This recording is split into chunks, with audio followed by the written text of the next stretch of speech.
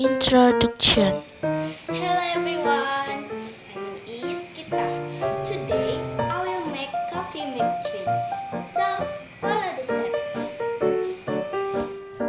Tools and materials: glass, milk, coffee, and ice. The steps. Step 1. Prepare water and then heat it until it boils. Step 2. Then add 2 tablespoons of coffee powder. Step 3. Mix.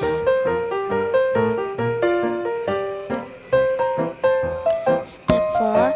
Then add 200 milliliters of milk.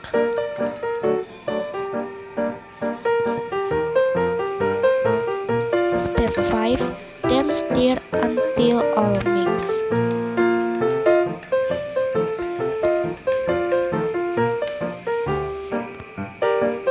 Step 6. You can add ice cubes according to your taste.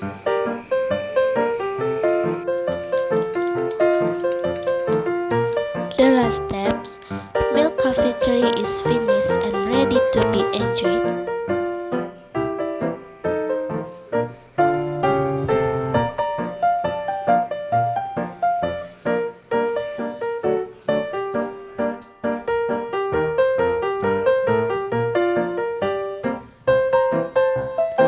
Milk coffee drink can be enjoyed with biscuit.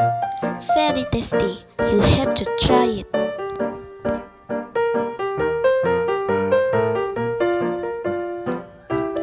Thanks for watching.